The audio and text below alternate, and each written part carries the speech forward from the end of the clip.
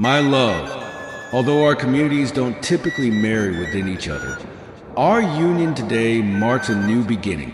I make a vow that our children, or their descendants, will one day marry and strengthen our bond. If they fail to do so, they will face the consequences of breaking this promise.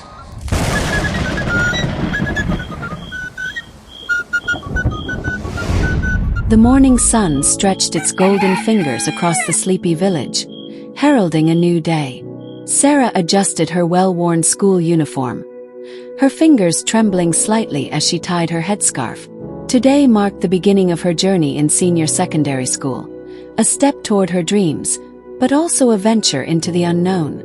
Her widowed mother, weary from years of hard labor, stood at the doorway, her face a mixture of pride and sorrow. "Be careful, Sarah," she said, her voice heavy with unspoken fears. Sarah nodded, clutching her books tightly. She knew how much her mother had sacrificed to keep her in school, even if it meant sending her to a less reputable institution in a neighboring community. The path to the school was a narrow, winding dirt road lined with bushes and scattered trees. It was a route Sarah had never taken before, and she felt a mixture of apprehension and excitement. However, her mood darkened as she approached a familiar figure at the edge of the road. Mr. Coco, the infamous madman of the community, sat cross-legged near a makeshift shelter of discarded plastic and rusted metal. His presence was unmistakable. The clang of his tin can echoed as he struck it rhythmically, producing the hollow Coco sound that had earned him his nickname. Sarah's steps faltered, her heart racing. She had heard countless tales of his erratic behavior. He was known to chase those who ignored his begging and hug those who gave him alms, much to their discomfort. Many avoided him entirely, fearing his unpredictable violence. Sarah hesitated but pressed on. She clutched a small note of naira in her palm, a token she had decided to give to keep him at bay. As she approached, Mr. Coco's eyes lit up, and he began to dance, his tin can clanging in rhythm with his movements. "Ah, small madam," he exclaimed, his voice a blend of gravel and mirth. Sarah extended the note cautiously. Mr. Coco took it with a delighted cackle and reached out as if to hug her. She stepped back quickly, her heart pounding, but he merely laughed and shook her hand vigorously. "Good girl, good girl," he chanted before settling back into his spot. Relieved, Sarah hurried on her way, his laughter fading behind her. The school was bustling when she arrived. Students clustered in groups, chatting and laughing. Sarah felt a pang of isolation as she realized she knew no one. Most of the students had progressed together from the junior secondary level, their bonds already firmly established. Sarah's timid attempts to join conversations were met with polite indifference or outright dismissal. By the end of the day, she felt like an outsider in a sea of familiarity. Days turned into weeks, and Sarah's sense of isolation deepened. Her classmates rarely included her in their activities, and she found solace only in her studies. Yet even her academic efforts drew ridicule.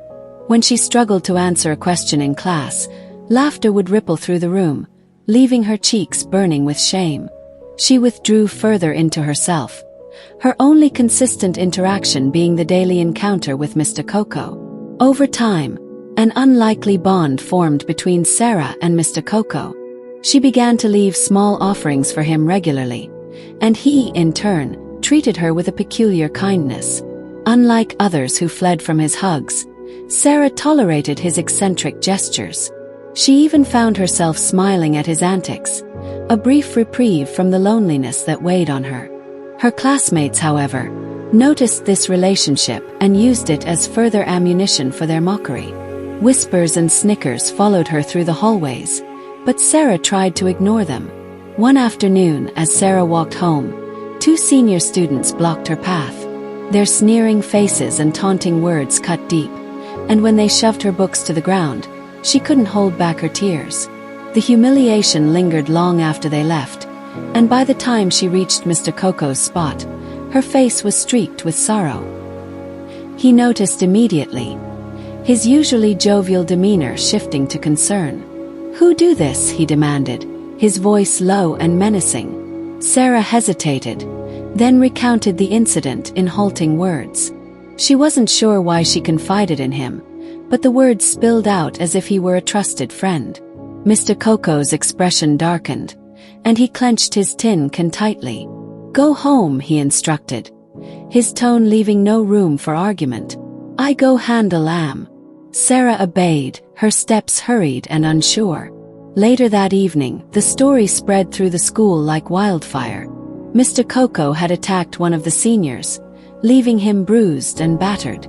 Witnesses described the scene with awe and fear. Mr. Coco had leaped out of nowhere, shouting and singing as he delivered blows. "Touch my Sarah, I do you Coco," he bellowed, his voice echoing with feral intensity. The senior's injuries were severe, but no one dared intervene. The principal called an emergency assembly the next day, warning students against bullying but also casting a wary eye toward Sarah, whose connection to the incident was undeniable. Months passed, and Sarah's relationship with Mr. Coco deepened despite her mother's stern warnings. The bond was both a source of comfort and a growing burden. Her peers' ostracism intensified, and even teachers seemed to regard her with a mixture of pity and disdain. Yet Sarah clung to the friendship, believing it to be a rare kindness in her troubled world. The illusion shattered one fateful afternoon when Mr. Coco lured her into the nearby bush under the pretense of fetching firewood. Sarah hesitated but followed, her trust in him blinding her to the danger. What unfolded was a nightmare. Mr. Coco's demeanor turned sinister, and he overpowered her and despite her screams and struggles. The betrayal cut deeper than the physical pain, leaving Sarah shattered and numb. When she finally escaped, her world had irrevocably changed. Her return home was met with disbelief and blame. Her mother's harsh words pierced her already broken heart, and the whispers of the community grew louder. In the weeks that followed, Sarah's isolation became absolute. The discovery of her pregnancy added another layer of torment, sealing her fate as a pariah. Mr. Coco, her former protector and friend, had vanished, leaving her to bear the consequences alone. Sarah's days became a blur of shame and despair. She dropped out of school, her dreams slipping further from reach. Nights were spent questioning her faith, her choices, and the cruelty of the world. Her cries went unanswered, her pleas unheard. The once vivid spark of hope in her eyes dimmed, replaced by a hollow resignation to the life that had been thrust upon her.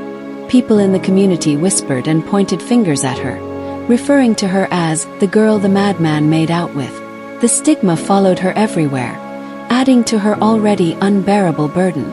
Neighbors no longer greeted her warmly as they once did.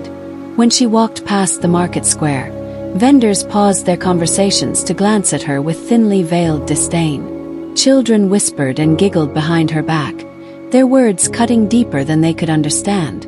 Even the elders, who once smiled and patted her head fondly, now avoided meeting her eyes. The isolation was suffocating, and the walls of judgment closed in on her day by day. One particularly harsh afternoon, Sarah overheard a group of women discussing her near the community well. "She's ruined," one of them said, her tone dripping with contempt. "That's what happens when you associate with madness." Another voice chimed in. "Her mother should have known better. Now look at them, both disgraced." Sarah stood frozen, her heart hammering in her chest. The weight of their words pressed down on her, and she turned away, tears blurring her vision. Even within her home, the atmosphere was heavy with unspoken tension. Her mother's anger had given way to a cold, bitter silence. The once warm evenings of shared meals and laughter were now replaced with strained quiet. Sarah longed for comfort, but her mother's eyes held only disappointment. "You brought this upon yourself," she would mutter occasionally, her words like daggers. As the weeks turned into months, Sarah's growing belly became an undeniable testament to her ordeal. The stares grew harsher, the whispers louder. She avoided the streets as much as possible, retreating into the confines of her home. Yet even there the stigma found her. Relatives who visited her mother refused to acknowledge her presence, their conversations laced with pity and scorn. "What will become of her child?" they wondered aloud, as if Sarah weren't within earshot. Her former classmates were no kinder. Those who saw her in passing snickered or made cruel remarks. "There goes the madman's girl," they would say, their voices carrying just enough for her to hear. The pain was relentless, and Sarah's spirit, once resilient, began to crumble under the weight of shame and alienation. The vibrant dreams she had once nurtured now seemed like distant memories, overshadowed by the harsh reality of her existence. Sarah's nights were no better. Sleep eluded her as her mind replayed the events leading to her downfall.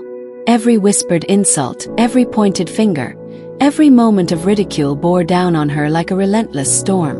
She questioned her worth, her purpose, and the fairness of a world that seemed to revel in her suffering. Her once bright laughter was replaced by muffled sobs that echoed through the small house, unheard by a community that had turned its back on her. In her darkest moments, Sarah contemplated leaving the village entirely. The thought of starting anew in a place where no one knew her name or her past seemed like a glimmer of hope. But each time she considered it, the reality of her circumstances anchored her in place. Her growing belly was not just a reminder of her trauma. It was a responsibility she couldn't escape. Where would she go? How would she survive? These questions tethered her to the very community that had rejected her. Her mother, though distant and embittered, remained her sole companion. One evening, Sarah mustered the courage to speak to her. "Mama, I didn't ask for this," she said, her voice trembling. "I'm sorry for everything, but I need you to believe me. I need you to see me." Her mother's eyes softened momentarily, but the walls of hurt and disappointment were too high to break. "It's not just about what happened, Sarah," she replied. "It's about what it has done to us. Her name.